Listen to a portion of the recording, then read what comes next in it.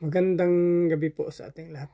Ang aking ibabahagi sa gabing ito sa ating daily devotion ay makikita sa unang mga hari, Kapitulo 3, versikulo 1 hanggang 4. Ito po ang sinasabi. Nakipag-alyansa si Solomon sa Faraon na hari ng Ehipto at naging asawa niya ang anak nito. Dinala niya ang kanyang asawa sa lungsod ni David hanggang matapos niya ang pagpapatayo ng kanyang palasyo ng templo ng Panginoon at ang mga pader sa paligid ng Jerusalem. Wala pang templo noon para sa Panginoon, kaya ang mga tao ay naghandog sa mga sambahan sa matataas na lugar.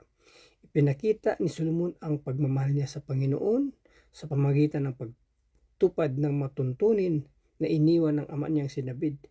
Maliban doon, naghandog siya at nagsunog ng mga insenso sa mga sambahan sa matataas na lugar. Isang araw pumunta si Haring Solomon sa Gibeon para maghandog dahil naroon ang pinakatanyag na sambahan sa mataas na lugar. Nag-alay siya sa altar ng 1,000 handog na sinusunog. Yun lang po. Maraming salamat po rin ang Panginoon. God bless. Magandang gabi po sa ating lahat.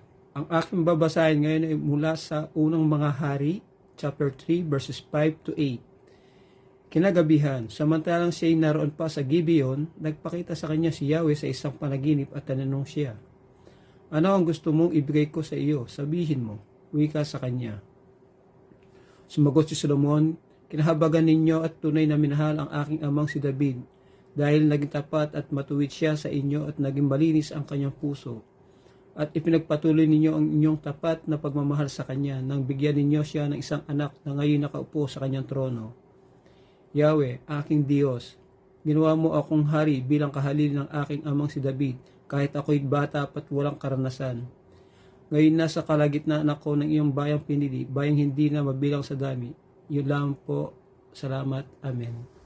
Isang mapagpalang gabi po sa ating lahat. Ang amin pong babasahin ngayon ay mula sa libro ng Unang Hari, chapter 3, verses 9 to 16.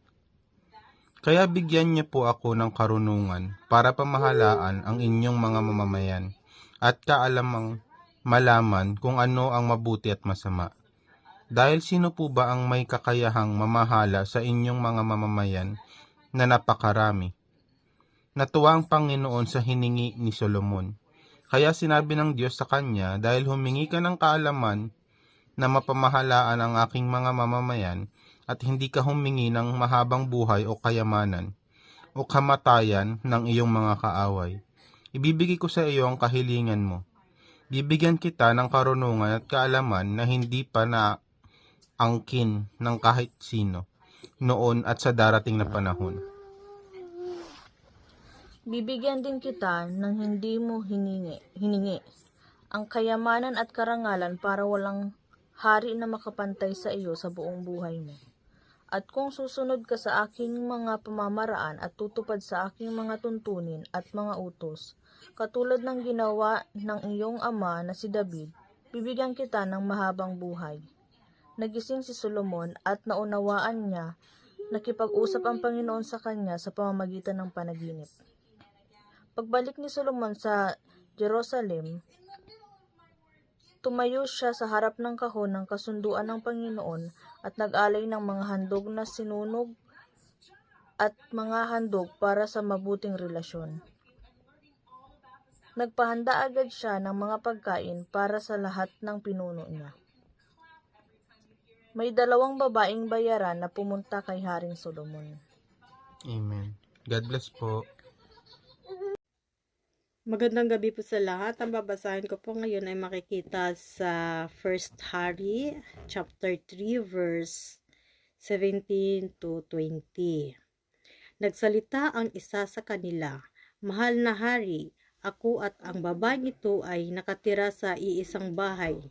Nanganak ako habang naroon siya sa bahay. Pagkalipas ng 3 araw, siya naman ang nanganak. Kaming 2 lang ang nasa bahay at wala nang iba. Isang gabi, nahigaan niya ang kanyang anak at namatay ito. Nang maghating gabi, Bumangon siya habang natutulog ako at pinagpalit ang mga anak namin. Inilagay niya ang anak ko sa tabi niya at ang anak naman niyang namatay ay inilagay niya sa tabi ko. Yun lang po, Borhin Anjos. God bless. Good morning po. Blessed Friday. Ang aking Bible verse po today is from 1 King chapter 3 verses 21 to 24. Kinaumagahan, bumangon po ako upang pasusuhin ang aking anak. Ngunit natagpuan ko na lang na ito'y patay na. Subalit ng pagmasdan ko pong mabuti, nakilala kong hindi yon ang aking anak. Tumutol naman ang pangalawa at sabi, "Hindi totoo yan. Anak ko ang buhay at ang sa iyo'y patay." Lalo namang iginiit ng una, "Hindi totoo yan. Ang anak mo ang patay at akin ang buhay." At ganito ang kanilang pagtatalo sa harapan ng hari. Kaya't sinabi ni Solomon sa isa, "Sinasabi mong iyo ang buhay na bata at kanya ang patay?" At sa ikalawa, "Ang sabi mo na may iyo ang buhay at kanya ang patay?" Kaya nagpakuha ang hari ng isang tabak at dinala nga sa kanya ang isang tabak. Ang mabuting balita ng ating Panginoon. Yun lamang po. At sino po sa palagay ninyo ang totoong ina ng bata? Ayan. God bless us. Bye.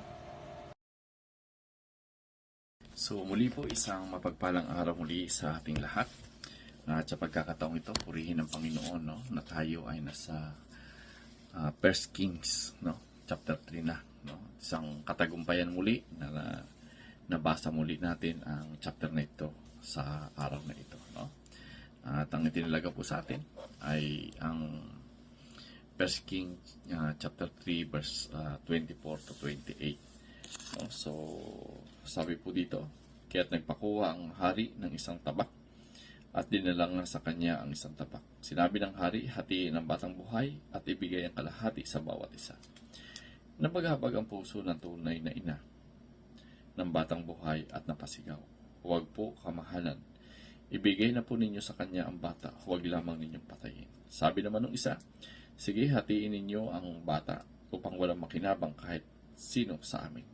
Kaya't sinabi ni Solomon, "Huwag ninyong patayin ang bata, ibigay ninyo sa una. Siya ang tunay niyang ina." Napabalita sa buong Israel ang hatol na ginawa ng hari at ang lahat ay nagkaroon ng paggalang at takot sa kanya. Nabatid nilang taglay niya ang karunungan ng Diyos upang humatol ng makatarungan. Amen. No? So, dito makikita po natin, no, ang usapin ay tungkol sa dalawang ina na nag-aagawan do sa isang bata na buhay na kung saan, sabi nga ng kwento, ay pareho silang may anak, subalit yung isa ay namatay at yung isa naman yun yung buhay na pinag-aagawan nila, no? At kapag tinignan natin yung kwento, talagang hindi mo talagang matukoy, no, kung sino yung tunay na ina ng bata, no? Sapagkat yung kanilang mga sinasabi ay talagang kakikitaan mo ng parehong tunay na ina ng bata, no? Kumbaga wala kang tulak kabigin para sa kanila na nag-aaway. Subalit dito po natin makikita yung paggamit ni Solomon ng karunungan na mula sa Diyos, no? Nagpakuha siya ng isang tabak at yun nga, at sabing hatiin yung bata. Dito po natin nakita na yung tunay na ina ay talagang nandun na nabagabag yung kanyang puso at nasambit nga niya, ay ibigay na lang ito dun sa isa, huwag lang patayin yung bata. So dito makikita po natin na talagang grabe yung ginawa ni Solomon, no? Na talagang isang katibayan na nakita mismo ng mga tao na yung karunungan niya ay galing talaga sa Diyos. Kung kaya't nagkaroon ng takot yung mga tao, sapagkat alam na nila na kung ano yung karunungan na meron si Solomon, ito ay galing sa Diyos, no? So dito po natin makikita na talagang napakapalad natin, no? Sapagkat sa ating pagbabasa nakita natin na pwede po rin nating hilingin, no, sa Panginoon yung magkaroon din tayo ng karunungan. Ayon nga doon sa James chapter 1 verse 5, no, sabi po dyan, "If any of you who lack wisdom, you should ask God." So ibig sabihin, Kung wala ka nito, pwede mong hilingin sa Panginoon. At dito po natin nakita yung kahalagahan talaga ng karunungan na mula sa Diyos, no? Simple lang yung ginawa ni Solomon, pero nakita natin kung paano niya iginawad yung paghatol. At ito yung naging makatarungan sapagkat yung kanyang hatol ay tama, no? At yung kanyang hatol ay talagang nandun yung tibay na yung paghatol ay magiging akmak at makatarungan. So, yan po yung karunungan na mula sa Diyos na pinapaalala sa atin ng Biblia na pwede po nating hilingin ito sa Panginoon at ibibigay niya ito. So, purihin po yung Panginoon na nabigyan muli tayo ng pagkakataon na makapagbahagi ng devotion para sa gabing ito. So, God bless everyone. Ang Panginoon po ang mapupurihan.